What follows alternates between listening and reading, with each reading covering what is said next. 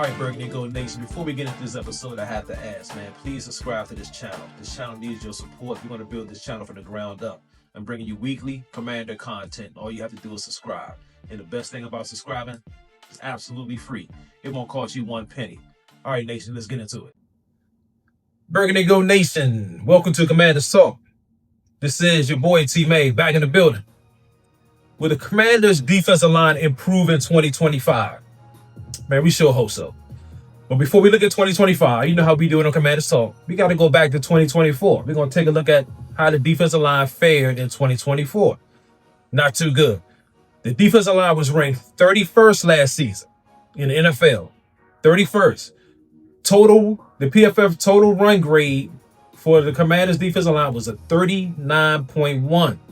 That's awful, man. We could not stop the run last season. As you saw it, Saquon Barkley for the Eagles, man, he ran all over us. 200 yards in both of those two games.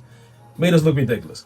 Now we had the boys in the middle, the two Bama boys in the middle. We should have been able to stop the run. 2 first-round picks, highly paid defensive tackles, and we could not stop the run at all last season. Yeah, John Ollie got hurt early, but listen, we couldn't stop the run even when he was healthy, man. So the key players from last year's defensive line, we have Dorrance Armstrong, Clelin Ferrell, John Allen, and Daron Payne. Should be a decent defensive line, correct? Incorrect. They wasn't that good, man, period. So remember, we did trade away Chase Young, a first-round pick again, and Montez Sweat, a first-round pick. Doesn't matter if they're first-round picks because they didn't live up to the first-round pick hype at all. To me, Chase Young, Montez Sweat was average at best. They were decent edge rushers, but they wasn't that game-changing edge rusher that we needed. Neither one of those guys lived up to their ceiling at all. So I was kind of happy that they let him go, traded him. We need that draft capital anyway. So how did our defensive line fare as individuals? First up, let's take a look at Dorrance Armstrong, his 2024 stats. He had a PFF grade of 68.9, 39 total tackles, 5 sacks, 2 forced fumbles. He had a PFF run grade of 46.4, not too good against the run. He had a PFF pass rush grade of 76.4, which that's pretty decent. You want your edge rushers to be in the 70s as far as their pass rush grade. But also you want to be able to at least attempt to stop the run. And 46.4 is not stopping the run at all. Now let's look at my man Clelin Ferrell. Clelin Ferrell had a PFF grade of 58.5. He had 26 total tackles, 3.5 sacks, 1 forced fumble, a PFF run grade of 63.8, a PFF pass rush grade of 60.0. So typically you want your edge rushers, the overall PFF grade, you want that to be in the 70s, mid-70s at best. Neither one of these dudes can get there. So to me, they was average at best. Now, let's take a look at the D tackles, the Bama boys. First up, let's go with Daron Payne. 2024 stats for Daron Payne. His PFF grade, 53.7. Total tackles, 42. He had 4 sacks, 0 forced fumbles, a PFF run grade of 49.3, and a PFF pass rush grade of 60.8. Daron Payne was average last season, and then that dude was making paper. He was making big bank last season, and he was average. He was average, man. John Allen. You look at his stats right here. Now, keep in mind, John Allen only played in 8 games last season. He got hurt. But those 8 games, his PFF overall grade was a 54.6. He had 19 total tackles, 3 sacks, 0 forced fumbles, PFF run grade of 41.3, and a PFF pass rush grade of 60.0. Now, those are decent numbers again. But we've seen both of these guys, Daron Payne and John Allen, perform way better than that. So to me, they actually took a step back last season. They took a step back, man. So the Commanders ended up cutting John Allen. Rightfully so. He was making a lot of money. He was a cap casualty. They let him go. They signed Javon Kinlaw. Now, Javon Kinlaw, I don't know what he can do. I don't know too much about this guy. But so far in OTAs and mini camps and all that stuff, he's looking halfway decent. He's not really participating in full drills. He's off to the side doing his thing. They probably don't want to get him hurt. I'm not sure. But was Javon Kinlaw upgrade from John Allen? Was he an upgrade? I don't know, man. Let's take a look at his numbers. Javon Kinlaw PFF grade, overall grade was a 53.4. Total tackles, 40. He had 4.5 sacks, 2 forced fumbles, a PFF run grade of 50.8, and a PFF pass rush grade of 68.2. So in my opinion, John Allen, Javon Kinlaw is a wash. The two dudes are about the same.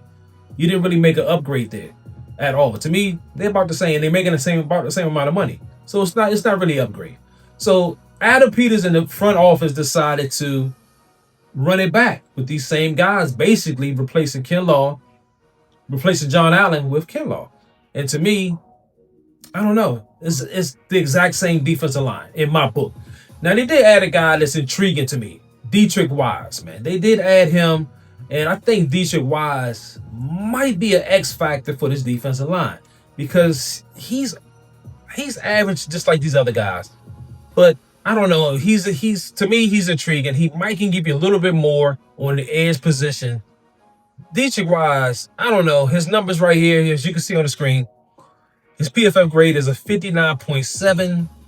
Last season, he had 29 total tackles for the Patriots, 5 sacks, 0 forced fumbles, PFF run grade of 54.8, the PFF pass rush grade of 63.6. So again, this guy right here, Dietrich Wise, to me, is not that big of an upgrade from what you have on the squad. Now, you let one guy walk from last season. You let Dante Fowler Jr. go. Now, he was your best pass rush guy. He got you 10.5 sacks last season. You let him go. And he really didn't sign for that much money for the Cowboys. Honestly, my opinion, I would have re-signed him. I think he was a decent edge rusher, situational edge rusher, but he was decent. He can get you some sacks. Terrible against the run, but he was a sack master. If you look at his numbers right here, his PFF grade last season, 62.1. Total tackles, 39. You can see right there, those 10.5 sacks. 2 forced fumbles, ball is life. Joe Witt. PFF run grade, 50. PFF pass rush grade of 65.9. Remember what I said. You want your edge rushers, their pass rush grade to be in the 70s. He was close, 65.9. I think that was your best pass rusher. I think we made a mistake by letting him go. I think we should have brought him back. I think Fowler could have easily got you 11 to 12 sacks this season. And that's what you need because you got a collection of guys at edge, but you don't have that guy. You don't have that game-changing guy. Third down, 3rd and 6, you don't have a guy that can come around the edge, do a strip sack, ball is life, turn the ball over. We don't have it. We don't have it. We just got a collection of dudes. But like I said before, we don't have that dude. If you want to make it to the Super Bowl, playoffs, deep in the playoff run, you need that dude. We don't have that dude, man. So, I don't know.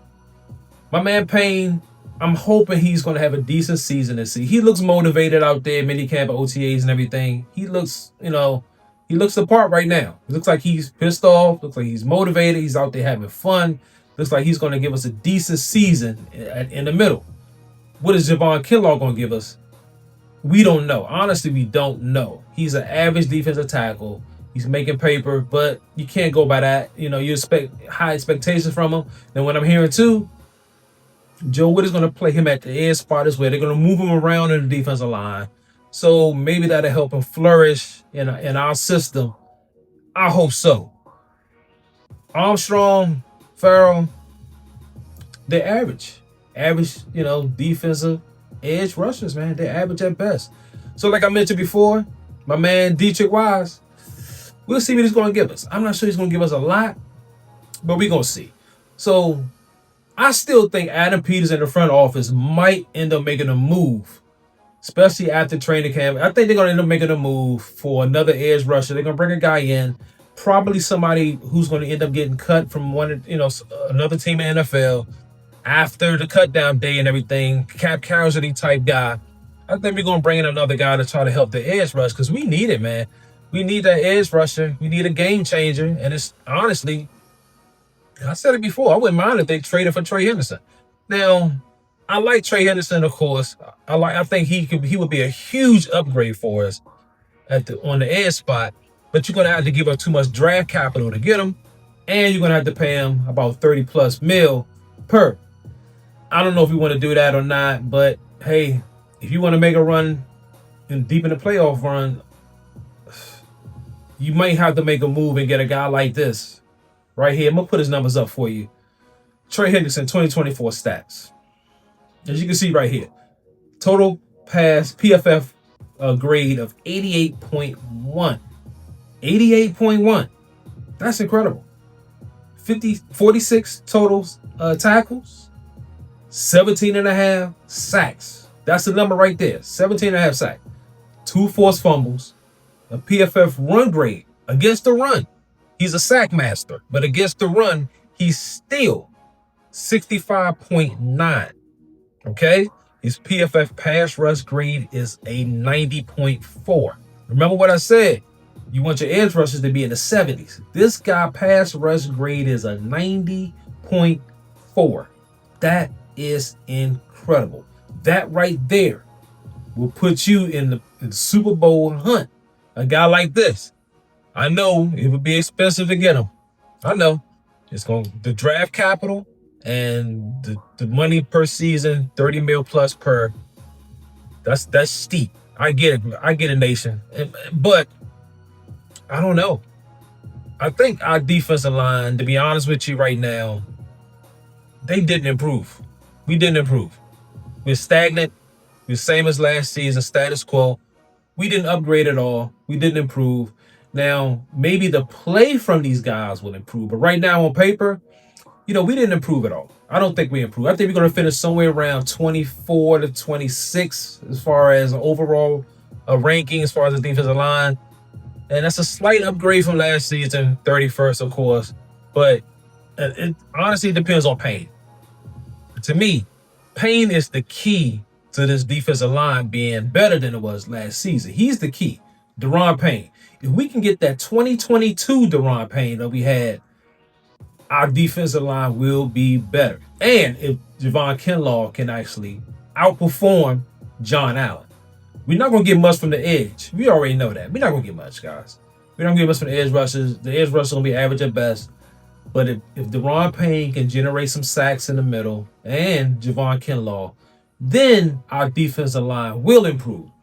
If they're gonna play about the same as they played last season, then it's a wash. It's basically, to me, a wash. So we'll find out. One thing for sure, we're gonna see how these boys perform. And honestly, we all know the strength of a defense. It starts up front.